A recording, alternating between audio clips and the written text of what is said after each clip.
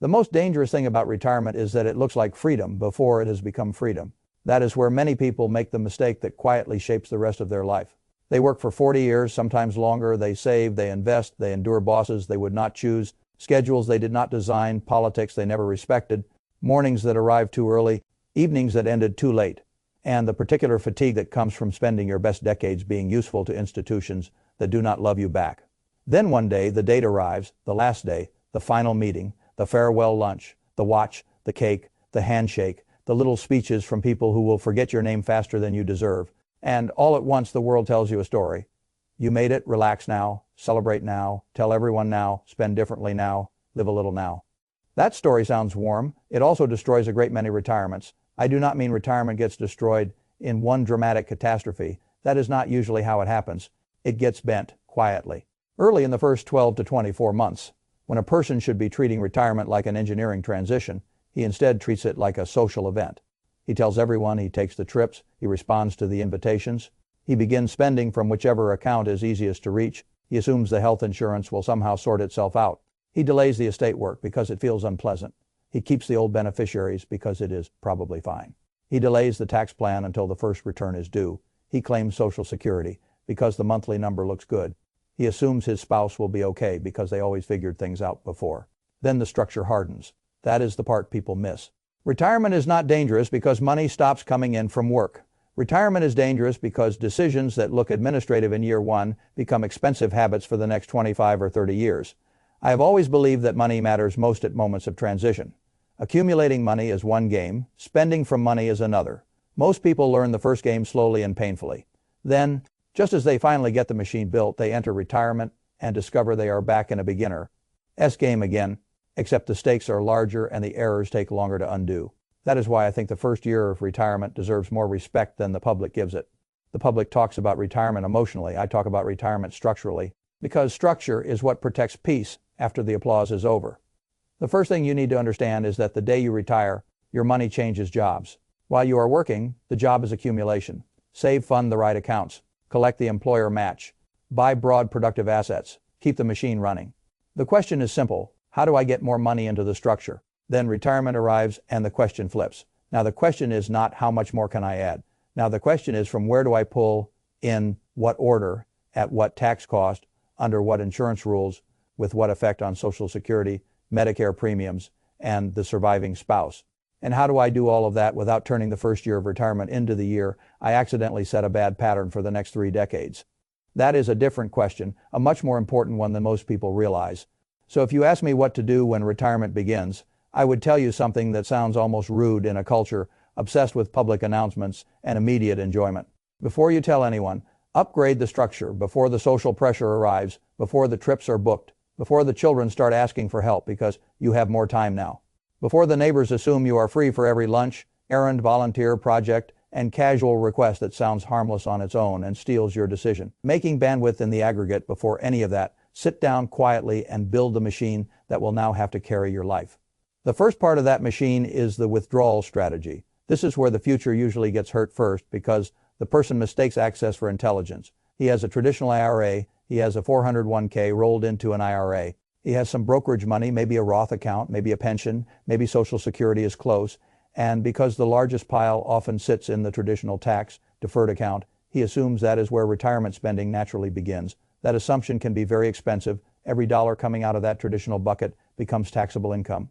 That taxable income does not live in isolation. It stacks with Social Security once that begins. It can raise the taxation of Social Security itself. It can affect Medicare premiums through IRMAA. It can set the tone for future brackets. It can shrink Affordable Care Act subsidies if you retired before Medicare age. It can leave a larger pre-tax balance sitting there until required minimum distributions arrive later and force the issue more brutally than you would have chosen on your own. This is what I mean when I say retirement becomes expensive in the places people do not emotionally register. The withdrawal sequence is not a bookkeeping detail. It is one of the strongest levers in your entire retirement. If you get it right early, year after year becomes easier. If you get it wrong early, year after year compounds the mistake. That is why I want the retiree to ask before he spends a single serious dollar, which accounts should fund year one, what low-income years exist for Roth conversions, how much room there is in the current bracket, whether capital gains can be harvested efficiently, and how to avoid waking up at 73 or 75 with a giant pre-tax balance that now must be distributed on the government schedule instead of yours. Fay file a site. Fay turn 55 file 0 Fay. That is not a glamorous conversation. It is one of the conversations that separates a calm retirement from a reactive one. Now let us move to the second upgrade, health insurance, because this is the place where Nave optimism becomes expensive. Very quickly, if you retire before 65, your employer coverage ends and the bridge to Medicare must be built by your own planning. Most people know this vaguely. Very few respect it enough. They assume they can figure it out later, or they take COBRA because it is familiar, or they postpone modeling because all insurance choices feel unpleasant and technical. But retirement punishes postponed technical choices. Marketplace coverage under the Affordable Care Act can be very powerful if your income is managed intelligently. Subsidies can be meaningful, very meaningful, but the withdrawal strategy and the health insurance strategy are not separate stories. They are married. The amount you recognize as income can determine whether those subsidies exist in useful size or disappear. COBRA may be available, yes, but it is often expensive. Marketplace coverage can be the better economic answer if the income plan is designed around it instead of tripping over it by accident. Fay file site Fay turn 55 file 0 Fay. This is why I keep saying the first year is structural. Pull too much from the wrong account and you do not merely create a tax bill. You may destroy health insurance subsidies, claim income casually, and you do not merely spend money. You may reshape your whole cost structure. These are not small errors, they are chain reactions. The third upgrade is your tax plan. And here again the public underestimates what retirement actually is. Working people think of tax planning as a seasonal inconvenience. Max the 401k, maybe itemize, maybe not, then file and move on. Retirement changes that completely. Retirement taxes are not a once-a-year annoyance. They are one of the main strategic games of the rest of your life. The first retirement year often gives you a rare gift. Income may be lower than it will later be. Required minimum distributions have not begun yet. Social Security may not yet be claimed. The brackets may be more open than they will look later. That window is valuable. If you understand what you are seeing, you can fill lower brackets on purpose, convert strategically to Roth, harvest gains intelligently, and reduce future tax pressure. If you do not, then you drift into the next phase with a large pre-tax burden still intact, and later years become more crowded, more taxable, and less flexible. Fay file a site Fay turn 55 file 0 Fay. This is why I have never trusted the idea that tax planning is something you do in April. By April, much of the real work is already over. Tax planning in retirement is not backward-looking paperwork, it is forward-looking engineering. Then comes an upgrade so small in physical effort and so large in consequence that I am astonished how often people neglect it. Beneficiary designations, people fill these forms out years ago. Sometimes decades ago. A former spouse is still there, a child is missing. The estate plan changed, but the retirement account did not. They assume the will handles it, it does not. The beneficiary form usually wins. That single form can override a will, override intention, and send a large account in a direction. Nobody sitting at the kitchen table now would actually choose Fay file a site Fay turn 55 file 0 Fay. That is not administrative trivia. That is destiny in a one-page document, and because retirement often brings a full inventory of accounts into sharper view, this is the perfect time to go through every designation calmly and make sure the legal instructions match the actual heart, the current family, and the tax logic of the life you have now. Then the estate documents. This is where procrastination loves to hide inside politeness. People say they already have a will. Fine, when was it last reviewed? Who were you then? What did you own then? What did your accounts look like then? What age were your children then? What assumptions were you still making then that have since become false? Retirement is not just a change in schedule. It is a change in the architecture of your financial life.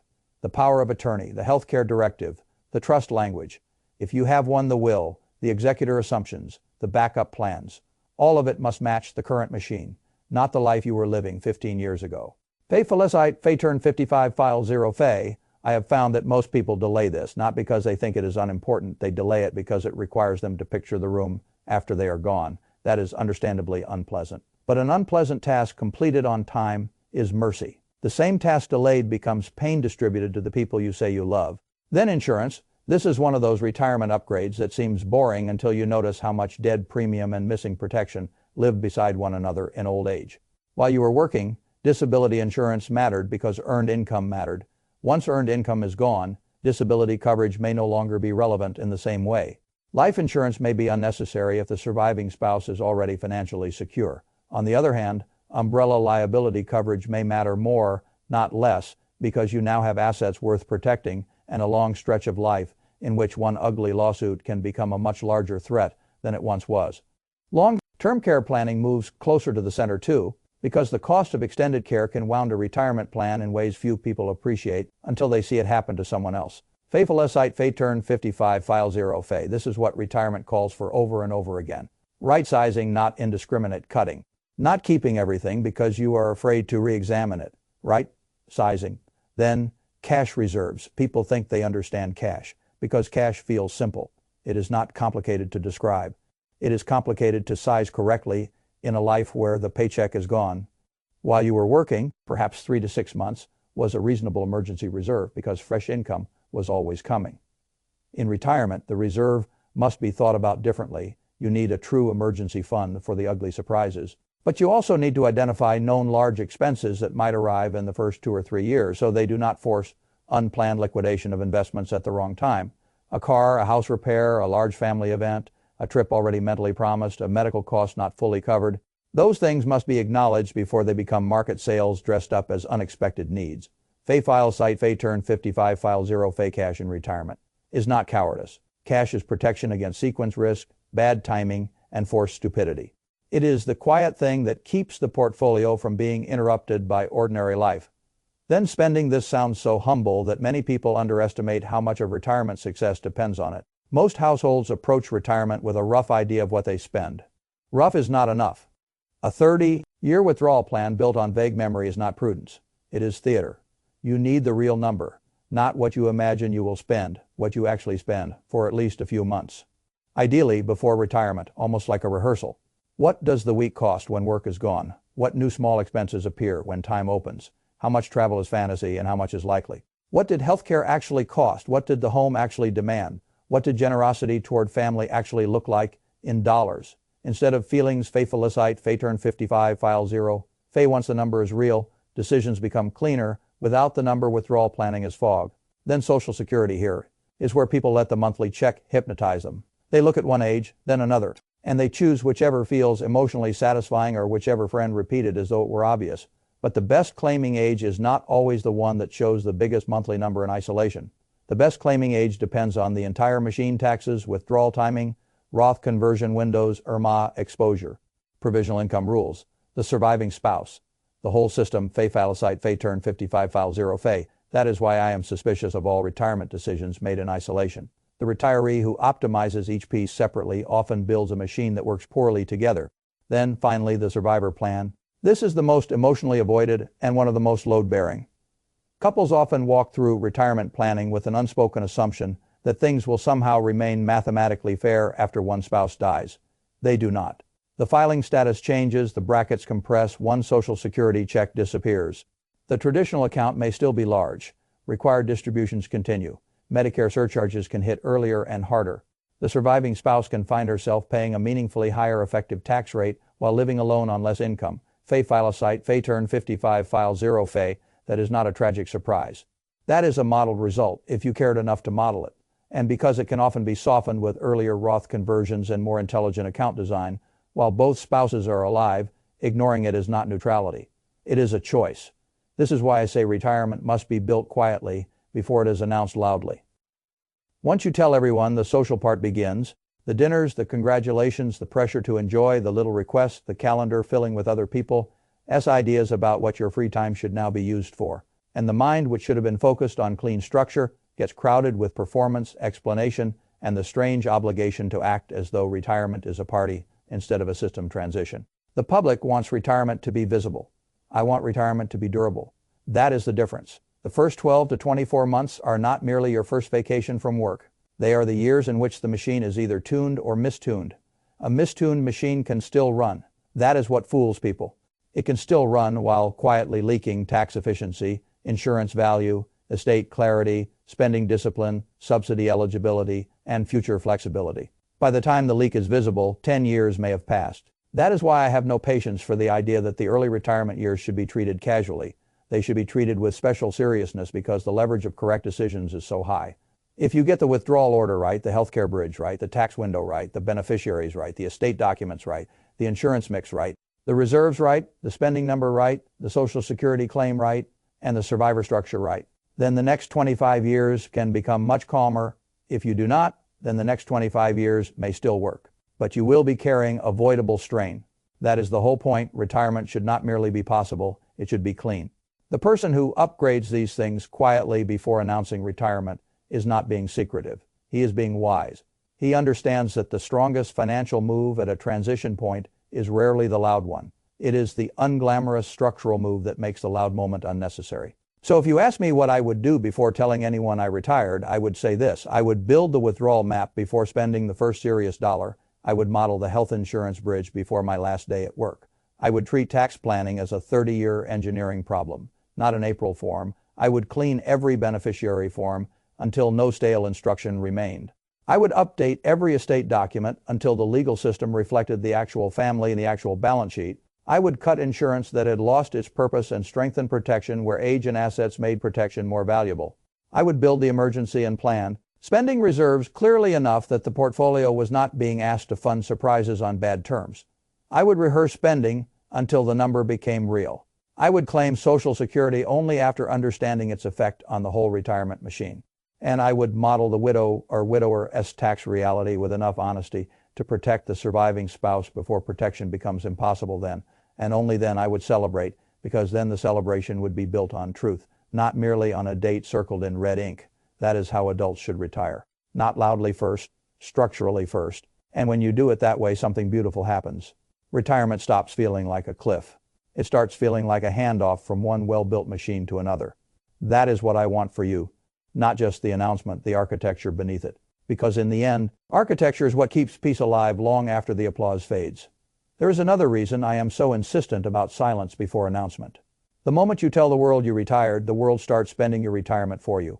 People do not mean harm by it. That is what makes it so tricky. The children think you are finally available. Friends assume your time is opened. Relatives remember projects you might help with. The spouse, quite reasonably, may begin imagining long postponed experiences that now feel justified. You may begin imagining them too, after all. What was the point of working so long if not to enjoy something? That question is fair. It is also dangerous when asked too early, because enjoyment without structure becomes spending without sequence. And spending without sequence is how a retirement that looked fully funded on paper becomes strangely anxious in real life. I have watched this happen many times. A family retires, announces it proudly, and then the first year becomes a blur of activity. Travel gifts, home projects, helping children, a vehicle change, a new hobby, a move that was probably going to happen eventually anyway. None of the decisions is insane in isolation. That is never the issue. The problem is that the whole year gets spent before the architecture was finished. Withdrawals happen from the easiest account. Health coverage gets chosen in a rush. Taxes become whatever they turn out to be. And only later does someone sit down and notice that a year of freedom was financed in the most expensive way possible. That is why I want the early retiree to think like an engineer before he thinks like a celebrant. The celebration is not the foundation, the structure is. There is also a subtler problem. Work does not only provide income, it provides rhythm, identity, boundaries, external demands that quietly shape when you woke up, how you moved through the week, and what role you played in the social order. When that disappears, people often rush to fill the vacuum with activity because stillness feels too strange. So they become busy before they become clear. They say yes before they know what their time is now worth. They carry the old worker reflex into a new stage of life and let retirement become crowded before it becomes intentional. I do not think that is freedom. Freedom is not the absence of a job alone. Freedom is the presence of design. That is another reason the first 12 to 24 months matter so much. They are not only financial years, they are identity years. You are not merely choosing withdrawal rates and insurance. You are choosing the shape of a life no longer anchored by payroll and office expectations. If you do not make those choices consciously, other people and old habits will make them for you. And old habits are not neutral. Many people arrive at retirement still carrying the worker's instinct to accept the next request, to defer the deeper planning, to trust that the details will sort themselves out because they always somehow did before. But retirement is less forgiving than salary life. In salary life, fresh income covers many small errors. In retirement, small errors can become enduring patterns. A bad spending rhythm can last years. A sloppy tax habit can compound through brackets, premiums, and future distributions. A vague estate plan can turn into conflict. A weak survivor design can become a quiet tragedy for the spouse who lives longer. This is why I do not want you to think of these upgrades as paperwork. Paperwork is what people call important things when they are trying not to feel their importance. These are not forms. They are the hidden architecture of peace. And peace in retirement is worth far more than appearance. The public will congratulate you for leaving work. Very few people will congratulate you for choosing the optimal withdrawal sequence, reducing future IRMA exposure, modeling widowhood taxes, or rehearsing your spending before the first distribution. That is fine. Do not build retirement for applause, build it for durability. A quiet retirement that works is a much greater achievement than a visible retirement that only looks successful in photographs. This is what I want retirees to understand before they step out. You have spent decades learning how to earn. Now you must learn how to preserve, how to distribute, how to protect, and how to think farther ahead than the monthly paycheck ever required. That shift deserves seriousness. It deserves a protected season of thought. It deserves more respect than a quick announcement and a celebratory calendar full of expensive noise. If you can give yourself that respect, the benefits reach far beyond money. You become calmer, your spouse becomes calmer, your decisions become cleaner. The children, if they are wise, eventually inherit not only assets, but an example of how adults move through a transition with order instead of emotion. That is a worthy legacy too. So yes, retire, celebrate. Tell the people you love, but do it after the machine is built, not while it is still being assembled. That one reversal of sequence can protect more peace than most people imagine.